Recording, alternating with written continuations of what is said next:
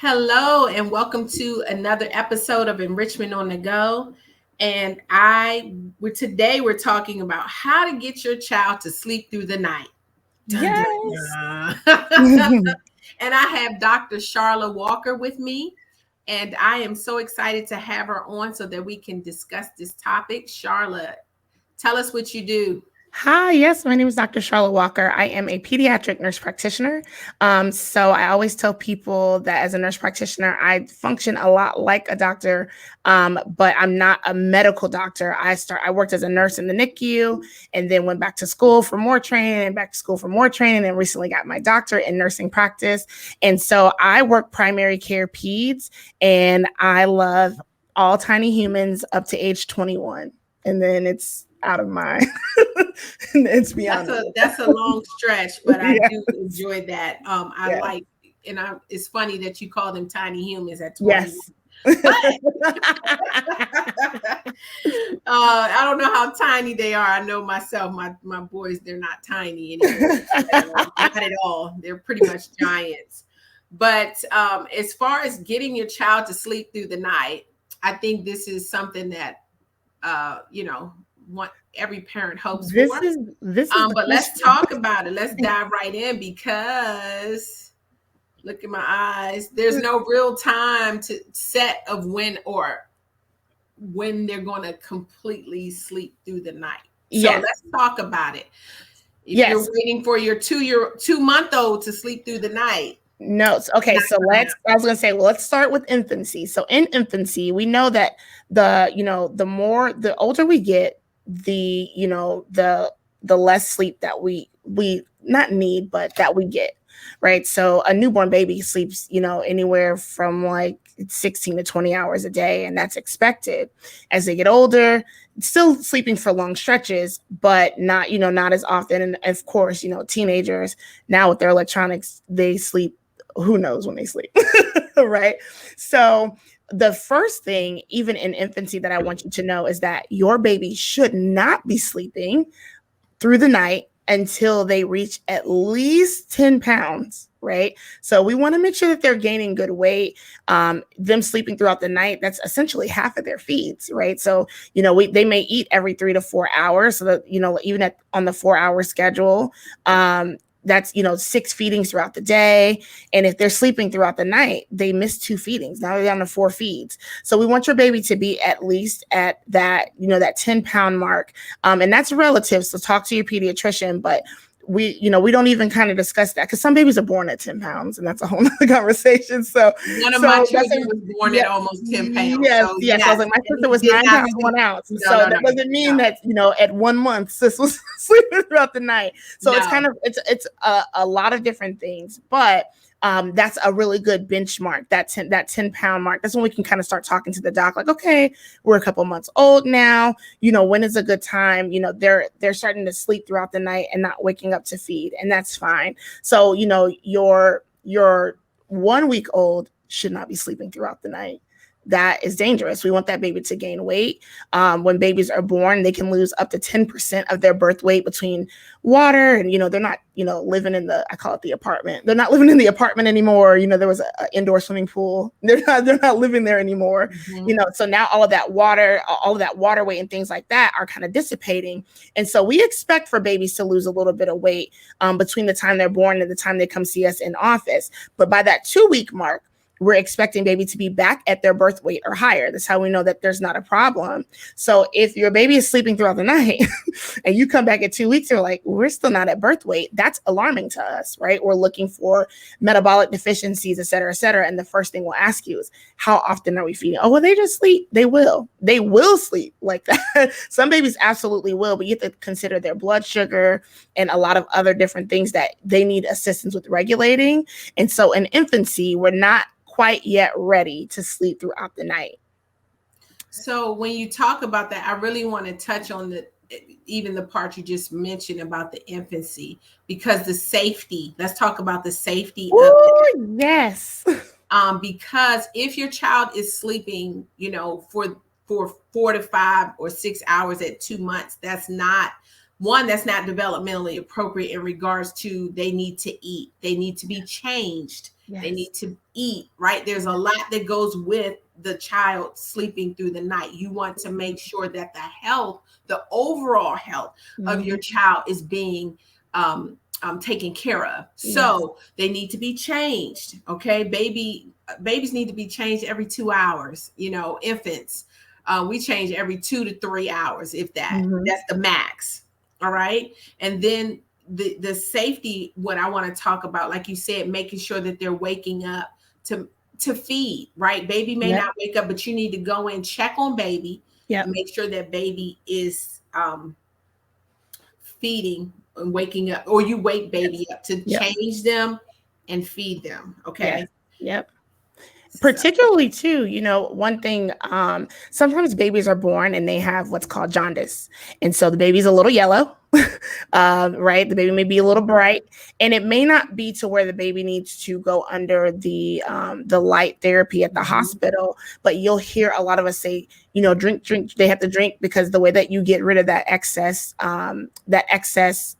protein, bilirubin, that makes them turn yellow is through them having pees and poops. So you have to feed, you have to push that food, and make sure that you're doing it, because even with jaundice, we don't want that baby's bilirubin to get too high. There's a lot of implications with that as well.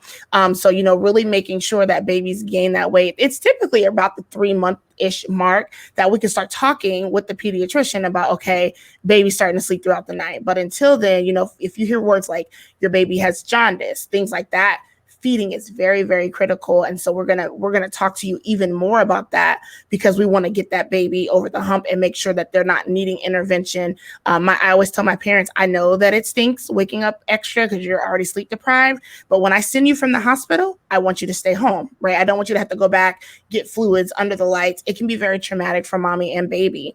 And so we're doing this little bit of extra work to ensure, sit by the window with the sunlight, feed baby, so that they're able to let their body do what it will do if we're giving them the tools to do so.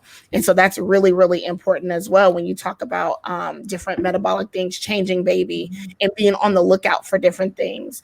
As far as sleep, SIDS is real. I was going to go into that. That was my next thing. Is talking about the safety. Yes. Of where, before we jump into the SIDS piece really briefly, safety in regards to where your child is sleeping, because there's a difference with SIDS. We're going to get into SIDS in a moment. Yes. But safety as in regards to where you want your child to sleep through the night.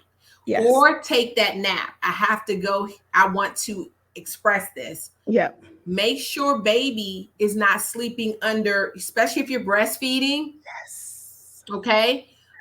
You want to be sure that 1-month-old or the 1-week-old is not sleeping under mommy's breast. Yes. Or sleeping up on mommy, because baby could suffocate. Yes. And that's not SIDS. We're going to talk about SIDS.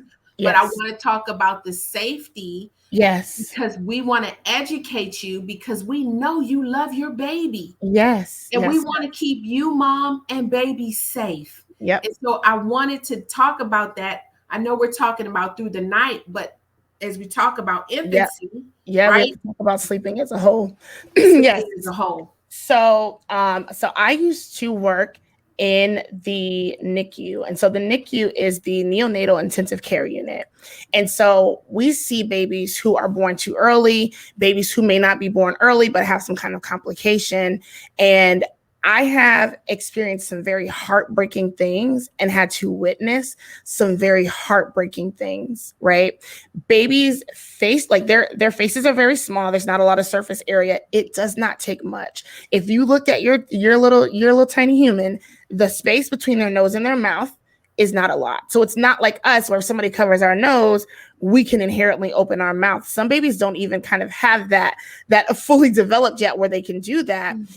And they don't have a lot of surface area. So if it's a pillow, if it's a breast, if they've rolled into a blanket and, they can't lift their heads yet, they don't have the strength yet to do that, that can be very, very dangerous. And so the biggest thing is making sure that you have an area for baby that's kind of like walled off. we discourage co-sleeping because mommies are tired and you can roll over and it's sad and it's bad and it doesn't end well. And I don't really like to talk about those things, but because I've personally witnessed it, it's not a thing. Oh, well, I heard in school. No, I watched a mom where this happened to her and we had to navigate this with her. And she was so brave. Like, she was so brave, but it was a heartbreaking thing to watch because she had prayed for this baby and she did IVF for this baby and she fell asleep breastfeeding. And unfortunately the baby passed away. And so, it's very emotional to watch firsthand. And so there are things that you can do, right? You can set a bassinet up in the room. They even have these nice little things that if you don't have anywhere else, right? Because I think sometimes in healthcare, we can forget that people don't always have access to resources, Absolutely. right? And so I'm not so far removed that I don't understand that. So there's a couple things. Reach out to your local Department of Children's Services. Sometimes people hear DCF and they're like, oh no, no, they're a great They are a wealth of They advice. are great resource. They give car seats. They will give you a playpen. If you don't have anywhere for your baby to sleep safely, like separated, they will give you something. So, the biggest part, when we hear DCF, sometimes we always associate them with them removing children from the home, but no, they're a resource hub. Absolutely. They will give car seats. They will give, they have all kind of resources that are available to parents as well. So if you need a safe space, we have our DCF here in Florida. They give pack and plays. And so it's just somewhere that baby has where they can back to sleep, nothing in the bed. The bumpers are really, really cute, but they are a hazard. The teddy bears, also really cute, but they can all be a hazard. And so, it's not that we're trying to take the fun away, but we want to make sure that baby is safe. Right. And so we're going to still get into SIDS. I want to, just because as we continue to talk about the sleeping, more and more is coming up. Let's talk about car seats. Yes. The child should not be sleeping in the car seat. Yes. It is not. Yes, I know you may have driven them around in the car. My husband used to do that with my son, one of my children. Yep. He drove them around until they were sleeping. Then we would take him out of his car seat. And I know sometimes moms, you come in from the store and it's like, baby is asleep, right? Baby sleep. Put them down. Oh, I can cook or I can go do this. Yes. No, please put your baby in a safe space. It's okay. You want baby to cry. We have to not look at crying as a negative. Crying is the way that they communicate. Yes. It's verbal. That is their language, right? And we want to hear them cry. Yes. Why? Because that means they're alive. That means they're healthy. And so you really want to be careful not to put your baby in the car seat, let them sleep overnight or anything like that. And I want to be very clear. We have yet to touch SIDS yet. So we're bringing this up because all of this goes with how they sleep. Yep. All right. Yep. And so now we're going to go into SIDS. Yep. And this is, you put your baby on their back to sleep, not on their tummy. I know. Not on their tummy. Yes. As Dr. Sharla just mentioned, think about the space between your child's nose and their mouth. If their face is on a surface and they can't turn their little necks and their heads, we're going to have some problems. And we want to keep children safe. Okay. We want to keep you, and we want you to love your child for years to come. We want your child to be here. We want your child to grow up healthy and nurtured in a wonderful environment. And a part of that is making sure that they are sleeping where it's safe. As Sharla mentioned, Dr. Sharla, excuse me, no teddy bears, no puffy blankets. They don't even make a lot of the bedding anymore with the, they used to have the bumpers and all that. They took all of that out of the bedding because it should be a smooth, flat surface for your infant to sleep in. Yes. And even too, I'm so glad that you mentioned the car seat. one quick tidbit, because I like to make sure my parents are all the way educated. Even with the car seat. So in the NICU, when babies leave, they have to do what's called a car seat challenge. And so baby has to be able to sit for 30 minutes in a car seat without them clamping off their airway. Babies clamp off their airway because it's so easy for them to hold their head down one way, and now they're not breathing appropriately. And so that's how you have deaths in car seats, swings. Them being in that position for an extended period of time is not what they don't tolerate it well, particularly if, you know, they're born early and they spent most of their time here laying on their back because we're trying to make sure that they're able to make it to a space to go home. We have to do that car seat challenge. When you buy these car seats, do not add anything to them. So if it does not come with a bumper around the head, the cute little, do not add it. And here is why. Because if you get into an accident with your baby and the car seat glitches and something happens, you've null and voided your warranty on your car seat. So yes, because you added something to the car seat that the manufacturer did not say to put there. So they are no longer liable because this is not the way that they intended for their product to be used. Wow. So you need to do not add all the cute things. I know it's cute, but that's not how it was crash tested. And so if anything ever happens, they are not liable. And so we learned this when we talk to our car seat technicians, because you have to be a car seat technician to do the car seat test, the challenges in the NICU. So there's no adding anything to the car seat that does not come with it originally, because again, if something happens, they are not liable because you voided the warranty, because that's not the product that they sold you. They sold you one thing and then you added all these cute little pieces, and they don't tell you that in the store. So I always tell my parents that as well. So I know it's a little off topic, but when we talk about these car seats, but I make sure that you're not adding that up. Yep. Don't add anything else to it. The child is sleeping in the car seat, you know, because you do have some parents who still, you know, may do that. And so, but SIDS is sudden infant death syndrome. Yes. And it's not a topic that we take lightly. And it is one that is always discussed. You know, we have to adhere to any childcare facility you're in. They should not be allowing your child. And I know we're talking about overnight, but I really want to just talk about sleep overall, because you don't want your child sleeping in the swing, the car seat. These are areas where the child should not be sleeping.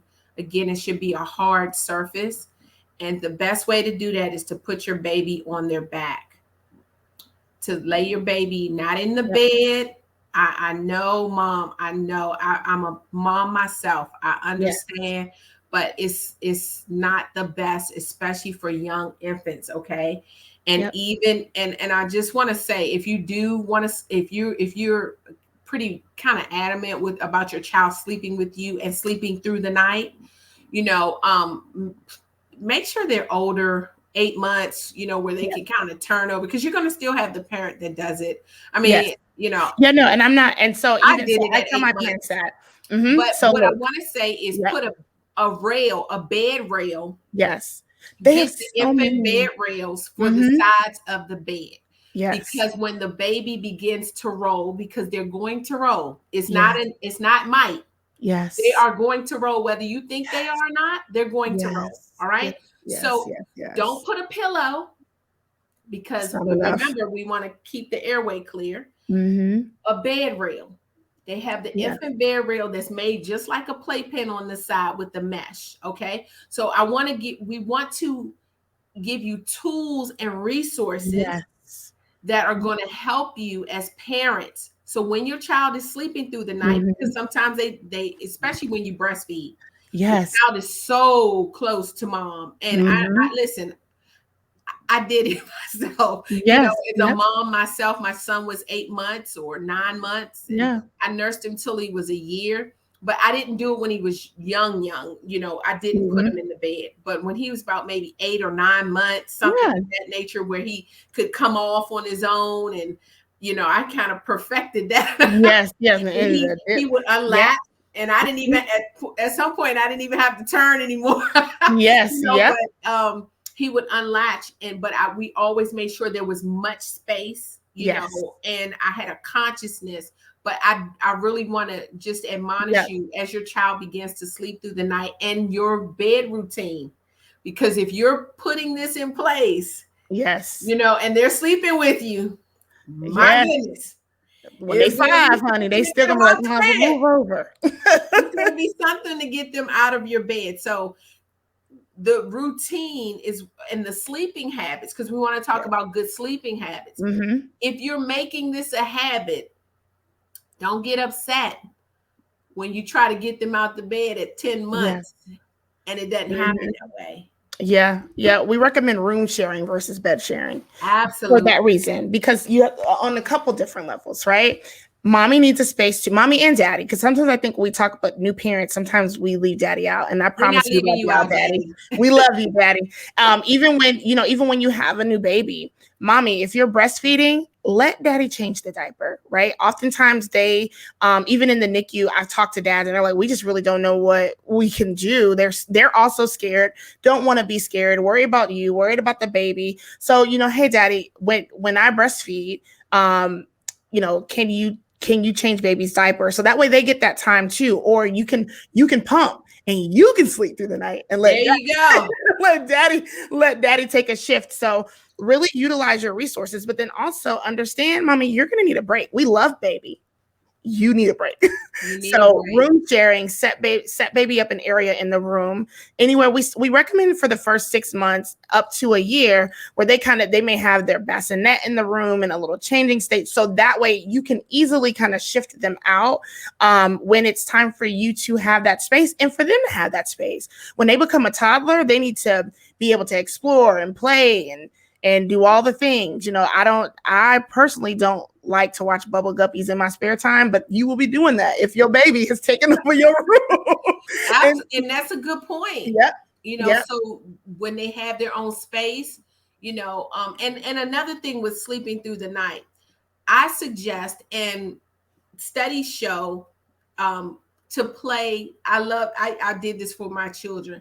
Play classical music. Yes, Classical music helps with your child's brain development. Yes, your brains. Right? Absolutely. It helps their brains. It helps with the neurons and the synapses in their brains. I'm telling you, classical music. So you play classical music for your child when they're sleeping, and you may not want to hear it. I used to listen to it with my children. I thought it was great.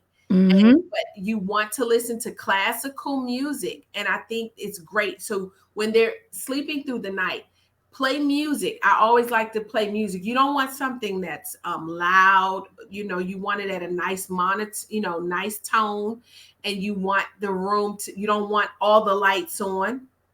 You do want to have some light in the room, right? This is a part of the sleeping habits and the routine that you're going to put together for your child. And so you want to play classical music. It is great for brain development. I cannot stress this enough.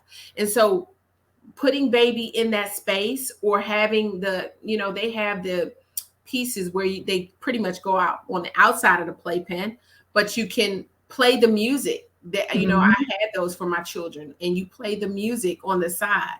So the classical music will help with your child, their brain development. Yes. And so I was just double checking myself. So a lot of parents are like, oh, they love this show. Like babies are watching TV.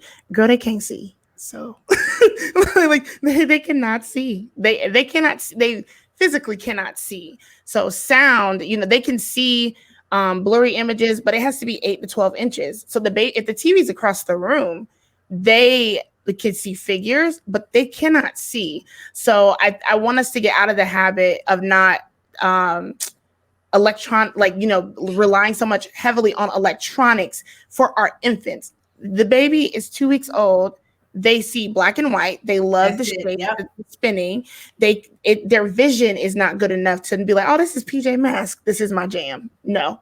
and when you talk about that, I'm glad you brought up the electronics, because children under 2 really aren't supposed to be watching on electronic devices. So if you want the TV to be in your child's room, I've done this. I would turn it on, but remember that you are developing a routine and habits early. okay, very early on. And so if you could have the music to just play through the TV without anything on the screen, to me that is more, I mean, I don't see, you could do that.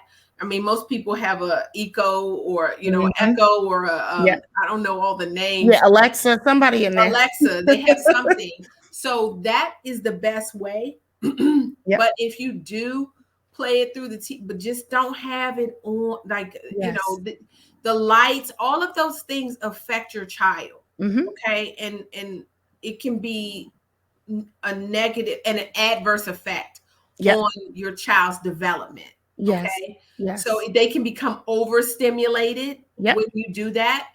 And then they're not going to sleep well. Yes. So when the toddler at 2 years old, because for 2 years you've had the TV on and now you want them to go to sleep, and now they don't have they're not going to sleep through the night because developmentally that they're being almost programmed, or the routine is that I get to watch TV. So now you want me to go to sleep, and now they have a tantrum because you turn the TV off. Mm-hmm. Well, you should just think about not doing that.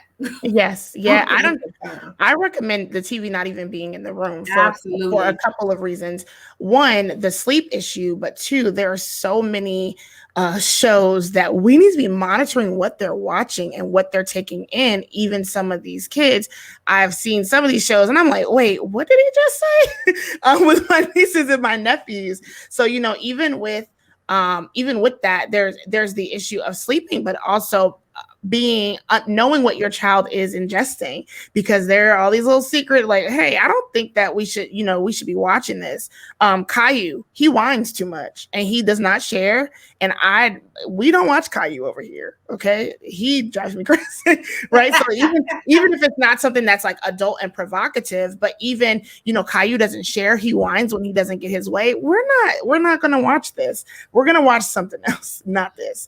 So even with those electronics, and even moving more towards toddlerhood and outside of infancy, as we get bigger, again, you need to have a routine. And I think that in this day and age, because we have a lot of mommies who work and we may have different multifamily dynamics, etc., it may be difficult. And so there's a couple of critical foundations that I always tell my parents you have to have. One, it may be rough for a couple of days. That's okay. I tell my parents all the time, and Ms. Tanya, I think you said this, like, babies can cry. Never have I ever on any kind of certificate, birth or end of life, had it said crying as the cause. They are going to be okay. And we want to be, not you want to let your baby scream for hours and hours. That's not. Yeah, this is good. I know where you're going. You need to support and address them, right? But they have to learn how to do something called self-soothing. So, and babies are smart. Kids are smart. So if they realize that every time I holler, she gonna run in here, oh, we hollering then, right?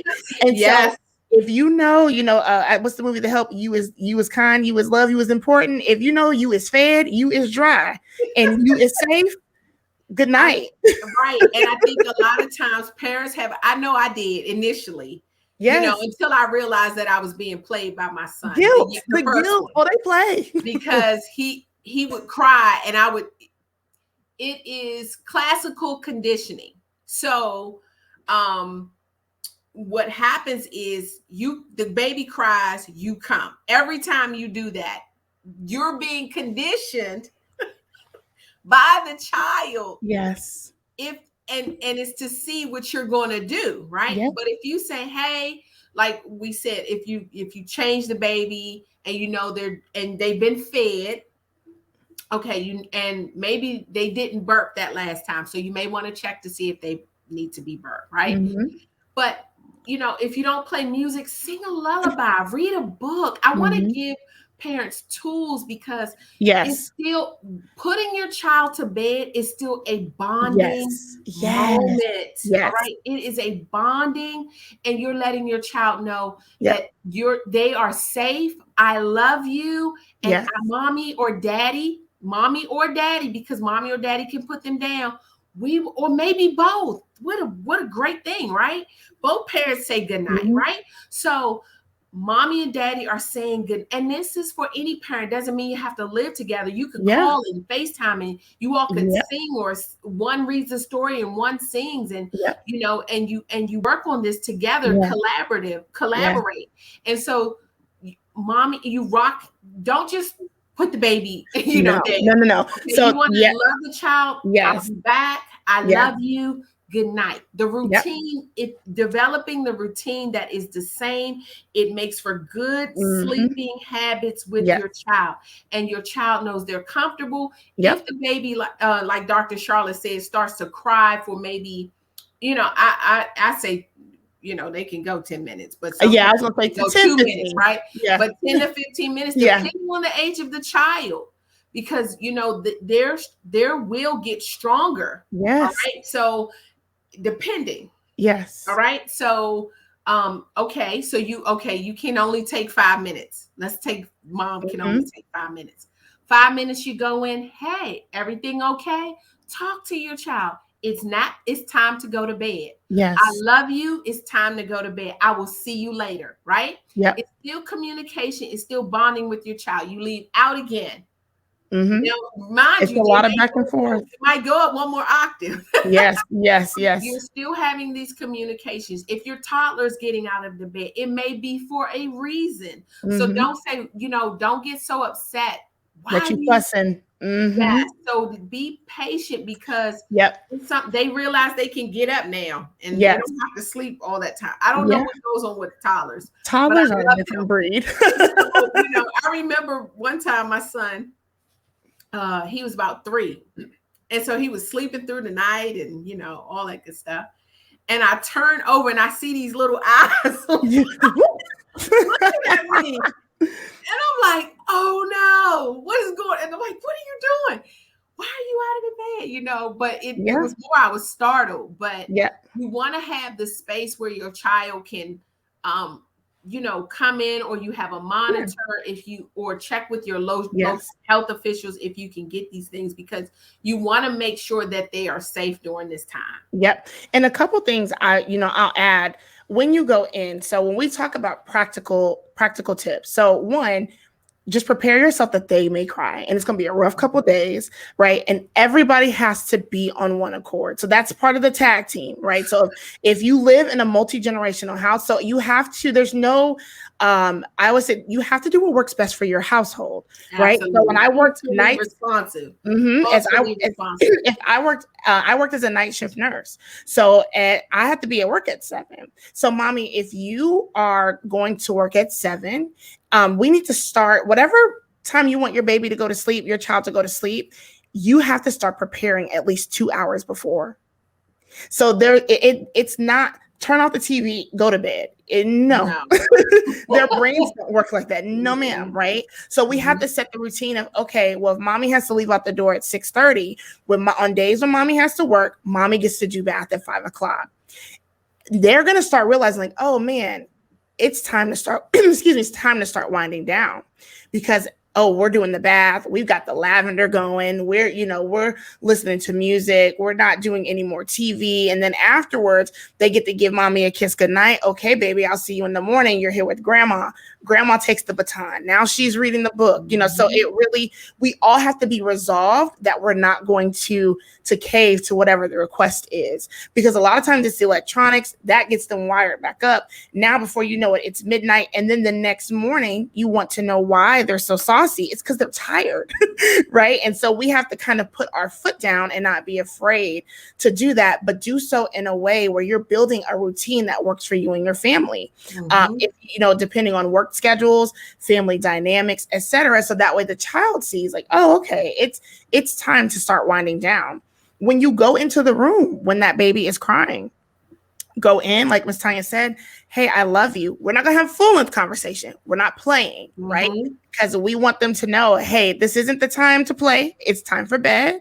Hey, baby, it's time for bed. Do you need anything? Here, if they sleep, if they're, old enough to have a pacifier, here's your pacifier, make sure they're dry, they're fed, your love, check, the bed for any like crinkles, stuff that may just kind of be an extra stimulus that may be agitating to them. So folds in the beds and in the sheets, just make sure, their area is safe and good for them.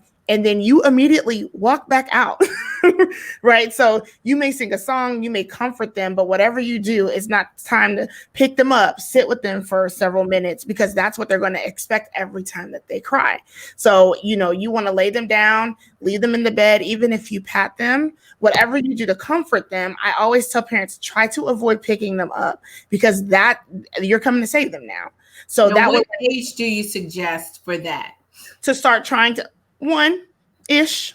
Yes. So I made that statement, and excuse me for interrupting. I made that statement for a reason, because this is not something you do at 2 months. No. This is not something you do at 6 months. No. To be nurtured. So I really wanted to make that statement. Yes. So that we have a clear understanding. Those first 6 months. Yeah, we want them in the room. We're not talking about an infant. We're talking toddlers. Yes. So with infants, that's, we want them in the room close. Remember, we're not even talking about sleeping all the way throughout the night yet, because we want them to gain weight and all of that.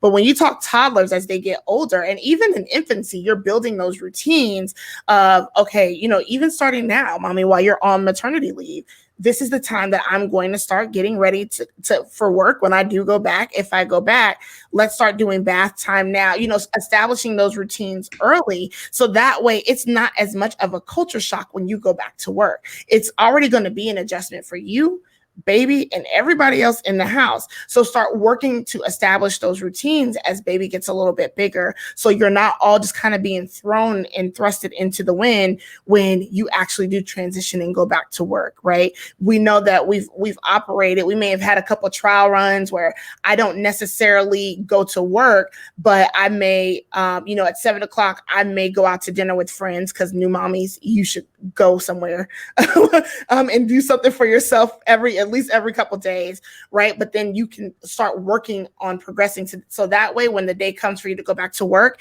it's not a shock for everybody. There's still going to be a level of adjustment. And so when you talk about with sleep in general, a lot of it is resolved on us as adults and parents as to what the routine looks like, because children are children. They're going to want the TV. They're going to want the snacks. They're going to get up 15 times to tell you they have to go potty. And you can honor that and say, okay, let's go potty. But we're not going to go potty and then also go out and watch TV. We're going to go potty and then we're going to get back in bed because I love you and it's time for bedtime. And I want to make one disclaimer before we end. If your child continuously is crying, you should check, because children, there could be something wrong. Maybe the child isn't feeling well, they're ill. So you want to check for fever. Check every time. Things of that nature. If you're going back in, please, we're not saying to allow your child to cry without, because we talked about safety. Yes. Right? So the child may have a fever. There may be something going on with your child. They may be sick. They could be teething. So we don't want to diminish that when your child is up during the night, that there may not be something that needs to be addressed. Okay. So I don't want to diminish that, because that may not be the case. Yes. So check if your child is between normally, if they start teething, some teeth come in earlier. So from 6 months to a good 18 months to 2, they're teething, right? They're teething. They're getting even molars in. The molars sometimes don't even come in until they're almost 3. So depending on the child, there may be something going on. If they have a fever, there may be something going on. So when we say, have this conversation with your child, go in, okay, you may touch their forehead, to see if they're warm. Okay. And you want to take their temperature. All right. Yes. And there may just be times that your child just needs that extra TLC. So I don't want to take away from the nurturing fact of parenting, because it's a very nurturing position and job. When I say job, more of a position. So because you are nurturing this child. So your child may need that extra love, that extra Yes. care at Yep. this moment. Maybe they just want a little more mommy and daddy that Mm-hmm. they haven't seen because everybody's been in working in childcare. Yep. So I don't want to diminish that, but we want to give you some Yes. tools again and resources because baby may just need that extra love. You Yep. might need that extra love yourself after your Yes. long Yep. day of work. Yes. Yes. And Yes. to have those little arms wrap around your neck, I still remember. My children are older, but I still remember their little arms wrapped around my neck, right? And it's like that love that it's just a bond. And Yep. it's a beautiful bond. And so we want to make sure that you have a healthy balance with giving these good sleep habits and Mm-hmm. presenting safe environments for your child as they learn to Yes. sleep through the night. Yes, yes, you absolutely do not want to negate their needs, right? But sometimes, we are afraid to let them kind of self-soothe, right? And so that's okay too. And if you feel like, look, like Miss Tanya said, if you're like, look, girl, 5 minutes, I gotta go in, that may mean reading a book, right? The biggest issue and struggle that I've seen as time has gone on is the electronics. So it may not be like, if you need that extra TLC is not playing Angry Birds on your phone. That extra TLC is you getting a chair, pulling it up next to the crib, laying them down, reading them a book. Even if you do hold them, doing that in the room with with just the music playing, or you sing them a song. It's not us being reliant. Okay, well, I'm gonna turn this TV on and you're gonna go to bed. They're never gonna go to sleep. They're going to be up all night. And then the next morning, they're tired. Their tantrums are intensified because really they don't have the capacity to say, hey, girl, I didn't go to bed till 2:00 and I'm exhausted, right? Because they're a toddler. And so it really is, again, navigating what's best for your child, navigating what's best for you, but making sure that you have healthy boundaries. That really is the biggest thing with sleep is boundaries. Boundaries of, okay, we can't stay up all night. Yes, I hear you crying. One thing that I absolutely love to do as the kids get older is doing what I call like a sticker chart, right? So if I have a parent and they're struggling, this is my go-to, and I've gotten rave reviews. If your kiddo is developmentally appropriate, about 3-ish, they start to like things. So if it's PJ Mask, okay, then get you a calendar, get you some PJ Mask stickers. And we want them every day that they do well with whatever it may be, eating some of their vegetables. You want them to try new food, whatever area, or, kind of, you want to incentivize doing these things, because honestly, he ain't got no job. He ain't got nowhere to go. She don't have a job. She don't have nowhere to go. You have to go to work tomorrow. Mm-hmm. They're like, girl, you were here for me, right? So you have to give them a reason, right? Mm-hmm. And so you get a calendar, and every day that they do X, Y, and Z, whatever boundaries or guidelines you set, they're able to add a sticker. So that gives them the visual of like, oh, wow, I'm doing great. Now, what I recommend is going to like the dollar store, literally the dollar store, because these kids get these toys and then they broke. And so it's not necessary to go to Walmart, Target. Go to the dollar store, go to Five Below. They have really great things. And whatever it may be, get you a treasure chest that you keep in your room full of PJ Masks. If he loves or she loves Outlet, get Outlet everything. And it serves as a couple of things. A reminder of, if we're kicking and screaming when it's time for bath, hey, are we working towards getting to put a sticker on the calendar before bed? And they may shape up. Some days they won't. but it gives them that incentive of, hey, we're working towards something together. And once, and when we talk in regards to the stickers, it not 7 days, y'all. These are children, and we don't expect them to be perfect. So, whether it be 4 out of the 7 days that they do great, let's get something out of the treasure chest and let's celebrate that. You've been doing so great. You've been eating your vegetables. You've been sleeping. You've been doing everything that mommy's been asking. You're doing so great. I want to reward you for that. And so now bedtime doesn't seem to be a punishment. They're like, oh, cool. Yeah, I'm ready for bed. Oh yeah, I'm going to use the potty, because it empowers them. And, they're able to see. My one caution is I advise against incentivizing with food, because that can cause an issue. So it's not, Hey, if you do what I say, we're going to McDonald's. McDonald's is not always healthy. Hey, if you do what I say, we're going to do snack. And not that they can't have snacks sometimes, but we don't always want to reward good behavior with food, because then there's a connection that's made there. When I do good, I get to eat out, you know, and I always joke with my parents and say, and this is how we end up on 600-pound life. So we don't want that. We want healthy incentives to be made for them, to be able to do, you know, to be incentivized to go to bed, to be incentivized to eat vegetables. So you have to work with them, and it gives them a sense of pride of like, look at these stickers, like, look, you're doing so great with doing this. And so even in that, that's something that can really, really help. Using things like lavender, having soft music playing, all of these different tools, you can utilize them and customize them for your family.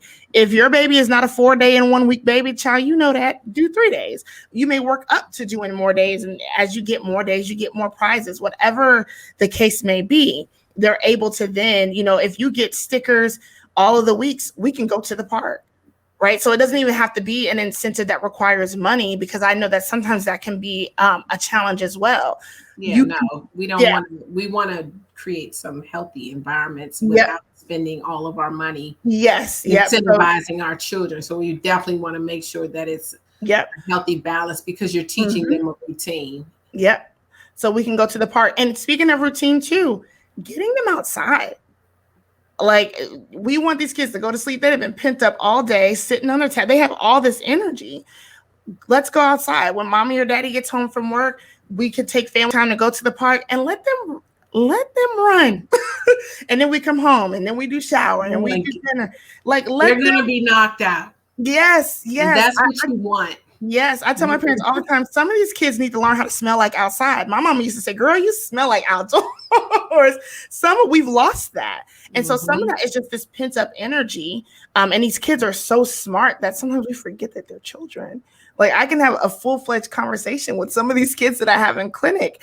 And then we say, you know, we may say, shots, and they're boohoo crying, and I forget, because we've had such intelligent conversations. So just remembering that these are children, they need love, they need nurture, and also they need sleep. Their bodies are healing and recovering. It's important. So even as you go through this struggle, the sleep is needed. This isn't you pushing them off, but they need that for their bodies to heal, for them to feel well rested, and for them to function the next day, even all the way up to our teenagers. Take them phones. Absolutely. 16, 17, 18, take the phones. Still no TV in the room, because they're going to be up all night on Netflix. But who you need to talk to after 9 o'clock? Huh? Give me the phone.